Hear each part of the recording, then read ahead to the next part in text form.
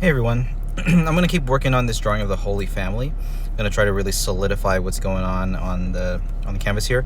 And of course, I always encourage you to draw with me if you have a sketchbook or a tablet or something like that. Go ahead and pull it out, and these videos are usually around 25 to 30 minutes. We can hang out together. In this video, I do want to talk about Saint Joseph. And I guess I'll try to focus. I'll be drawing all three of them, but I do want to focus on making sure his he looks good here. But Saint Joseph is a very powerful saint in the sense that he's not a priest, he's not a pope, he's not a rabbi even. He is Jewish. But he was a Christian in the sense that Jesus was literally in his household. He was the leader of Jesus' household. He protected Jesus, he took care of Jesus, he taught Jesus, he fed Jesus, he traveled with Jesus as a baby. I do have two sons, and I drive them around, and I feed them, I burp them, and make sure my wife is fed, and but this is the very thing that makes Saint Joseph powerful. We don't know anything that he said, none of his words are in the Bible, but there are a few things that he did, just a few. He was present when Jesus got lost. He was worried about Jesus. He found Jesus at the temple. He was present when they took the infant Jesus to Simeon, the prophet Simeon, who told them the prophecy about how Jesus would become, a contradiction, and I forgot what else Simeon said about Jesus, but he was there during the presentation. And one big one, he protected Jesus when Herod, kind of mirroring the Passover, Herod was about to kill all the firstborn. Like Moses, kind of saved his son. I don't know. So what did Moses do? Moses got the message from God, got the warning from God saying that I'm going to slay all the firstborn in Egypt, and he told Moses, sacrifice the blood of the lamb and wipe it on your doors, and I'll know to spare you. So how does Joseph mirror that story with the Passover? Well, Joseph was warned by God, just like Moses, about Herod going to kill the firstborn. Now, it wasn't going to be God smiting the firstborn this time. It was going to be the evil Herod. And Joseph, knowing that would happen, was, awoken in a dream. Wait, I forgot. Wait, hold on. I might be getting it wrong here. Joseph's dream, was it that to not divorce Mary, or was it to flee from Herod? I should brush up on my my Josephology. I do want to make sure that I have I'm talking here, but I want to make sure I have a good strokes on these on this little. I guess this is going to be kind of like an apron. I'm not really a scholar on ancient Jewish clothing, but I'm kind of just going with the flow here on like how this outfit's gonna look. So I think I'm gonna go this way. It looks pretty cool. I think cool is what I'm going for with this. I'm going anime, and who knows? There's so many different depictions. I'm going for iconography here. I'm not going for historical accuracy.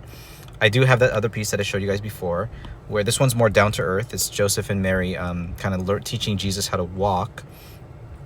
But this one is more iconographic, and I do want to show the strength of Joseph by giving him a strong stance, a strong pose, protecting his family. The lilies symbolizing his chastity, his obedience to God, and he's a powerful saint because he is a layman. He is a regular guy.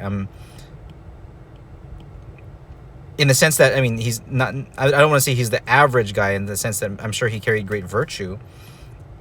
And I'm sure God chose, a virtuous man. It does describe, the Bible does describe Joseph as a righteous man. So, that means he was following the commandments and, living well. And what else? Described as a carpenter, or the tekton, the craftsman, because people said, "Isn't that Jesus, the son of the son of the tekton, the son of the carpenter?" So we know that he was a carpenter, and he likely trained Jesus as in his trade, before Jesus went out to become a rabbi and a preacher. So Joseph, like, he sets an example for pretty much every man. Like, and I'm not just talking about Catholic priests. I'm not even just talking about Catholics. Like, most men are not called to be, clergy and or leaders or teachers in whatever religion they're in. There's usually one teacher among many, dozens or hundreds of people, and then it's the people, it's the normal people, the laymen, who are called to do the work of whatever religion it is. That applies to the Catholic Church, that applies to Judaism, I'm sure it applies to Islam, I'm sure it applies to Buddhism. There's a teacher, and then there's the practitioners. Now, Joseph was a Jewish practitioner, and he lived a very basic life, from what we know. Like, he followed Jewish tradition. He took his he did his pilgrimage, he did his work, and he had a family, and he raised his family, and he protected them. So it's so simple. And what makes him great to me, it's not, for him, it was not about the humility of being known. I'm not going to assume anything about him. Like, he wasn't, immaculately conceived. He didn't have a, as far as we know, the church tradition doesn't say anything about Joseph being sinless. Maybe maybe he's committed some sins. We don't really know. But he did a good job, in the sense that he was known as a righteous man, and he protected the people who he was blessed with. Mary and Jesus, the two most important people in Catholicism. He was there to protect them.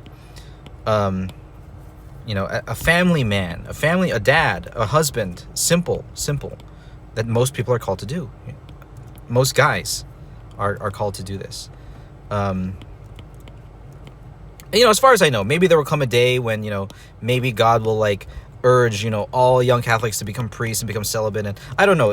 I don't really know what God's will is going to be. But from my observation, God said, "Be fruitful and multiply." I don't remember if he said that to Abraham or Noah or Adam. I don't remember who he said it to. I think it was Adam. I don't remember who he said it to. But that was one of God's commands: be fruitful and multiply. And the tradition says that Joseph and Mary were celibate. But if we think about the role of a father, the role of a father is to love. The role of a father is to cultivate life. And I speak in this way. I of course, those of you who know my story would say, "Oh, you hypocrite!" Like, I obviously have failed in those things on thousands and thousands of occasions. I have failed in my role as a man in the world, but I'm trying to see Joseph as an example for how I ought to live. I have a wife and kids, and I have a job to do, and I don't have to make life any more complicated than that as a layman. Like, it's interesting, to study, like, the universe, to study my faith, to study, the catechism, know the Bible. And I'm sure Joseph knew, I'm sure he knew Torah. I'm sure he knew, the commandments. I'm sure he knew, a lot of things about his practice. And I'm not saying that we should dumb down, the way we live our Catholicism. I'm sure he did everything he could. But the job he did ultimately was simple.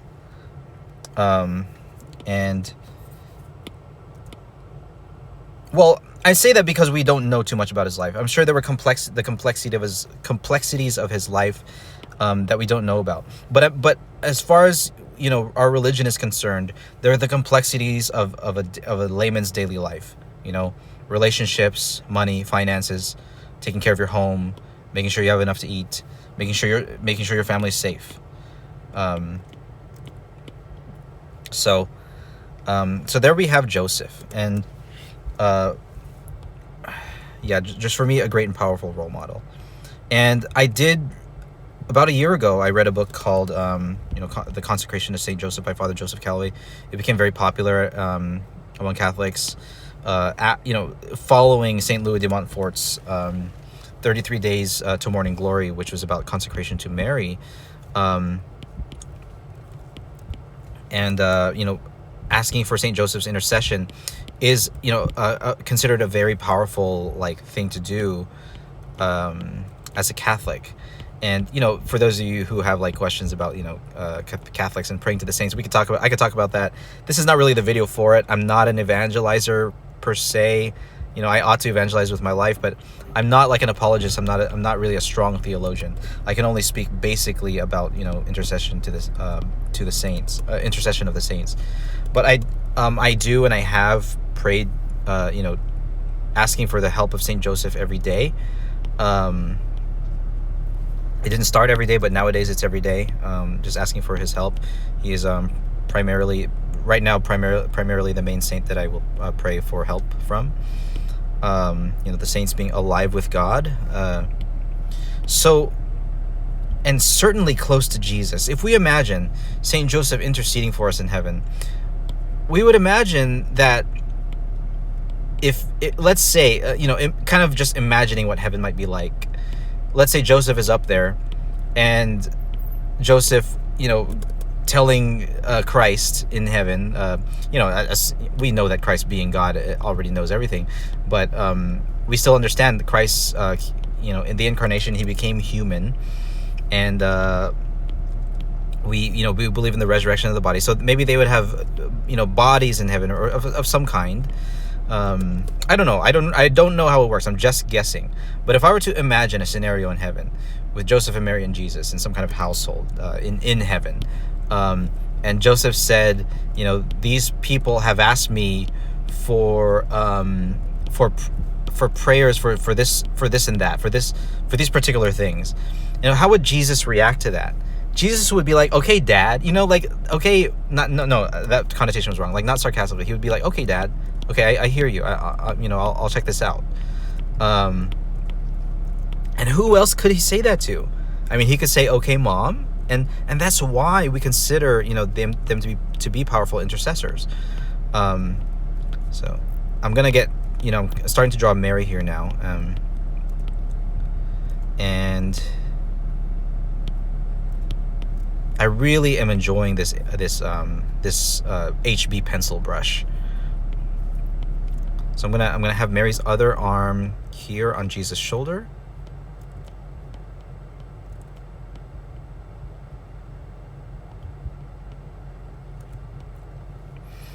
Okay. So that was a short spiel, I guess, on Joseph. And for the rest of the video, I'll just keep drawing him. I mean, I could talk about him, but there's, I could say there's not much to say, but I mean, there is a lot to say. That book by Father Joseph Calloway was just really emphasizing the position of Saint Joseph's, spiritually and theologically, how important he is to our church, our faith. Yeah, I think that looks good. Okay, well, there is a bit of an angle here. I think the angle should be come down this way and then come up this way a little bit. I think I should probably put a few more hard edges here on the way that the fabric folds. So let's curve this one a little bit more. Okay, so something like this. The way it's cut and the outfit really makes him look Japanese. But again, this is coming from my influence as an artist who has primarily drawn anime, so I suppose that will naturally happen. Let's have his rope tied maybe about right here, maybe slightly off to the side, I don't know.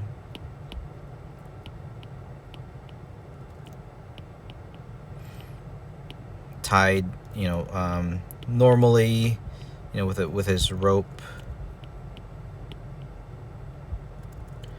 Maybe something like this. Maybe a bit of a less taut string. Yeah, maybe make the rope not quite as thick.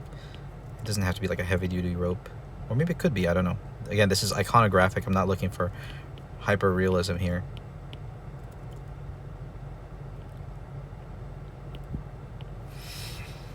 Okay, looks cool, looks cool. Now let's do a little bit more on Mary here. I do really enjoy the way this brush works on the tilt, and just the overall pencil feel for it. I used to have like my own Procreate pencil, but it's on the other iPad, and I never imported it to this one. But just going back to the HP pencil on Procreate, it feels like more than adequate for me right now. So I'm definitely enjoying the way it works.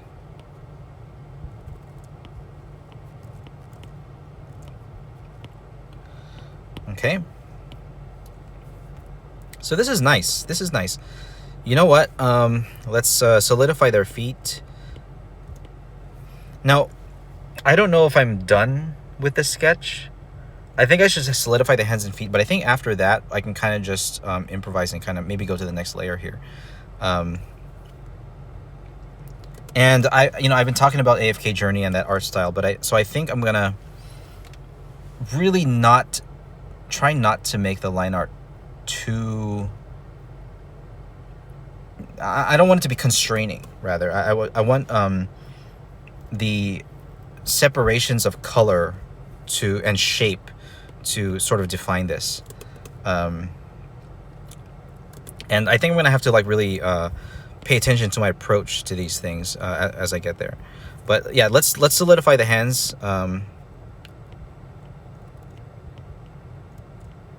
The gestures here. Again, I'm going to lightly use an airbrush as an eraser.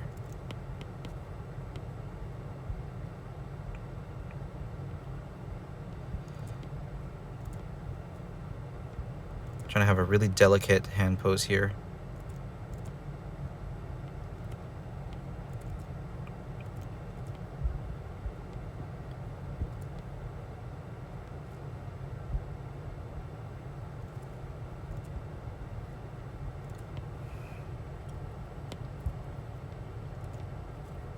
It's quite difficult.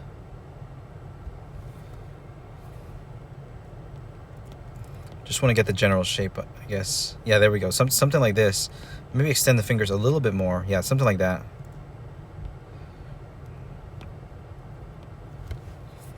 And then let's erase that a bit. Just want the general shape of it.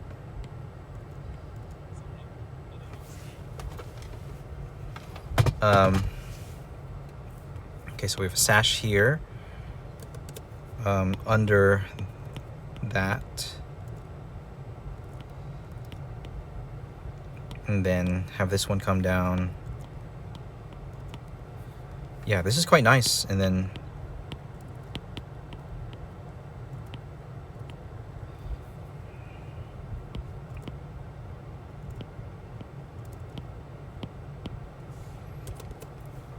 okay.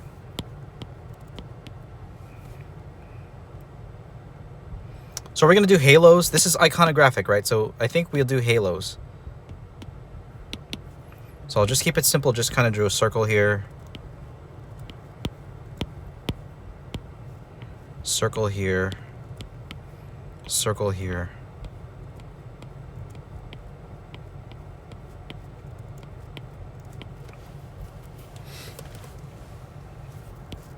We can really play with the colors on this one.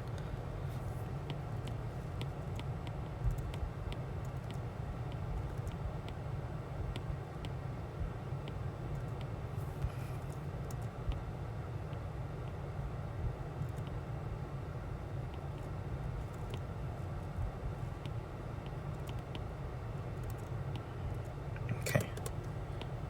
Jesus also having a rope tied around his waist, and Mary having a sash.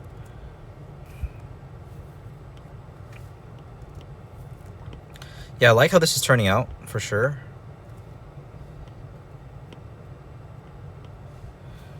Mary's feet. Let's drop a plumb line down. Let's look at that balance. I think that balance is okay.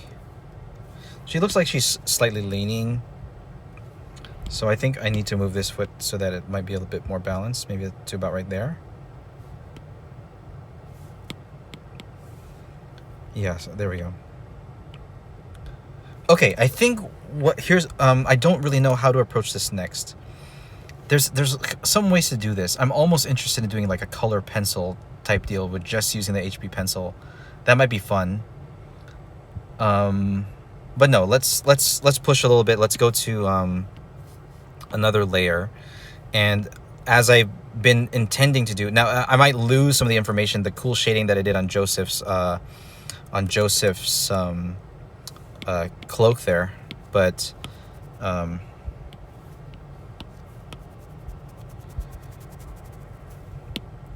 I want to jump into the color here a bit. So what is the process here? Base colors. We'll do base colors. So, and let's take our time with this. Usually when I get into base colors, I kind of rush it. But let's take our time. We're gonna like half paint this. So let's use, I mean, so far all I really have is Opus Color, my brush. So let's kind of get in there and start playing with it.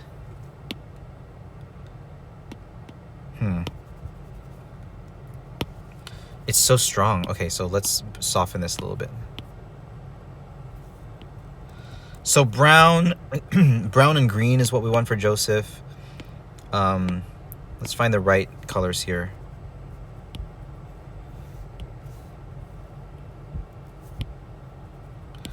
Yeah, let's make it not too strong. Let's keep it a little bit desaturated for now.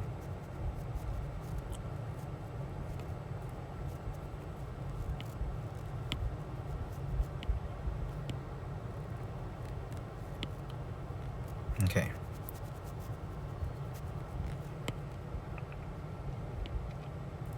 You know, I'm doing things a little bit out of order. Typically, I would do like sketch, then line art, and then color. But I don't know. I just felt like doing color. Maybe I should stick to the plan, but I don't know. I feel like I like to play with my process a little bit. At least when I'm doing passion work like this. I don't know. Maybe I should stick to it. I don't know. Let's go brown. Yeah, like that.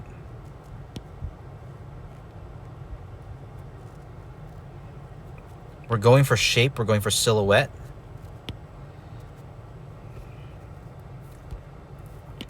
Let's get a skin color. I like making Joseph kind of dark skinned, as if he's outdoors, you know, doing his thing, doing his work, you know, walking around. Tanned, you know.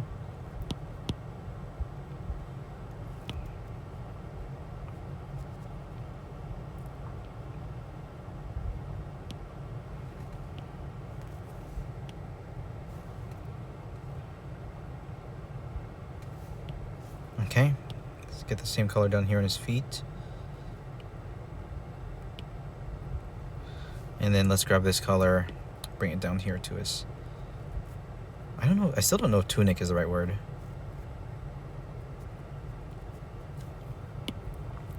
So here on Jesus, we're gonna get a light white beige color. And maybe I will use layers at some point, but I don't know. Haven't really planned the process out for this one. I really want to push myself on this one, but I haven't quite envisioned what the final product would look like yet. So the vision is this one, the vision is still alive.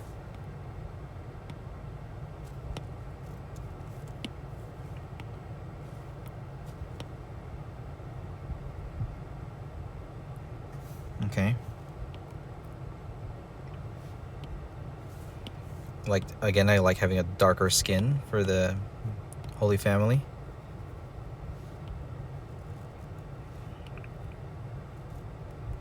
Okay. And I think after this, I should do like a line art. You can have Mary be slightly more fair, just slightly.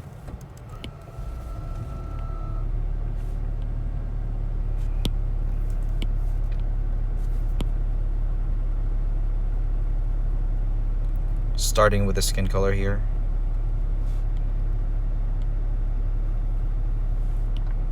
And we'll do classic colors for Mary, blue and red. Oh, that was a nice strong blue. Yeah, I really want to play with like the types of colors that we want to use. This is digital art. I'm not limited by paint mixing. I'm not limited by whatever expensive paint colors they had in the Middle Ages and in ancient times. The reds and blues of Mary in iconography in like the old like Byzantine style paintings, they were limited with their color choices. For me, I'm not. For me, this is digital art. I have sky's the limit. I can choose whatever colors I want and create the effects that I want to appear on people's screens, and or if people want to print these out. I just think that is a bit saturated though, so we'll desaturate it for now.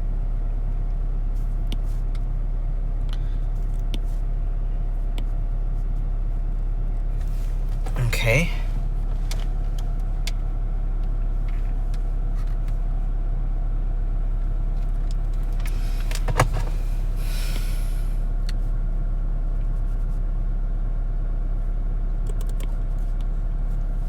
And we'll find the red for Mary. I suppose a white mantle. I don't even know if that's the mantle on her head. What do you call that? Just a headdress? We'll keep it kind of pinkish for now. I suppose in this approach, I'm keeping everything a little bit more desaturated. That is a nice pink, but I don't want it to look too pink. I want to show that it's red. Maybe we have to go into the red here, the red orange, and just desaturate a bit to make it look a little bit more pink. I think this color makes a bit more sense as a base.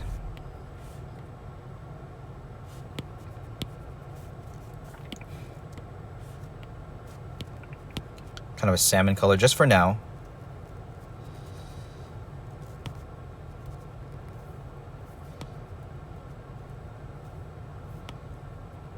And it looks like I'm gonna have to define where the blues and reds will go.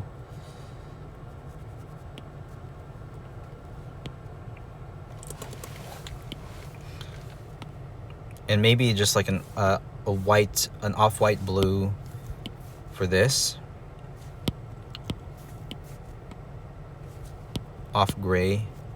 Yeah, just a soft color like that. And for her hair, we will go, black, dark brown. Average hair color, I suppose. But we'll keep everything kind of light, desaturated for now. We'll find the colors soon.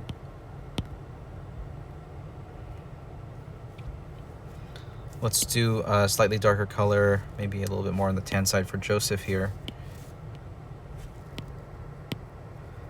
Okay, so I am gonna get rid of this color layer at some point just so I can like draw, but this is kind of gonna guide me as far as like what it's gonna look like overall. Because now I can see like the color scheme doesn't really look great, and also I feel like the sash of Mary should be a little bit higher on her waist, so I might lift it up a bit. Because just looking at the colors, it looks like it should be higher up. Okay.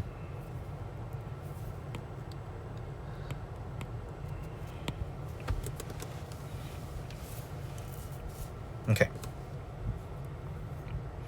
Now it's interesting because the flat colors really take away from the grittiness of the drawing that I've made here, and I almost don't want to lose it. Because if I don't know, it's just a sketch, right? But it's a nice sketch, and I don't want to lose the feeling of it. I don't want to lose this, which tends to happen when I suddenly go into a line art brush and start making clean black lines. And the colors are still not quite right. Let's play with the hue and saturation and the color balance. Saturation. I think Mary's already quite saturated and Joseph isn't. So maybe as we're painting Joseph, we might choose some more saturated colors. Let's try the color balance. Let's kind of mess with it a little bit. The lights. This will be for, let's check out highlights. Move things toward, no. I think the color balance is fine. I think moving slightly toward this yellow might be okay. Kind of looks cool. Maybe very slightly towards this yellow. What about midtones? No. Green, purple. Nope. This color balance is too strong. I kind of like reddening the, you know, getting it a little bit warmer. I kind of like that. And okay, I think what I'm gonna need to do is start with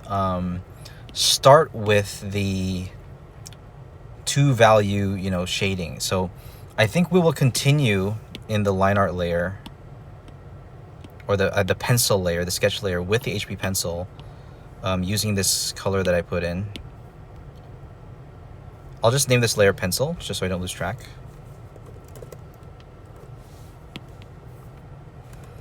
All right. I think I do need to take a short break and take a fresh look at this. So here's what I'll do. I'll stop the video. But thank you for following, and thanks for listening to me about St. Joseph. And I'll talk to you guys soon. God bless. Bye-bye.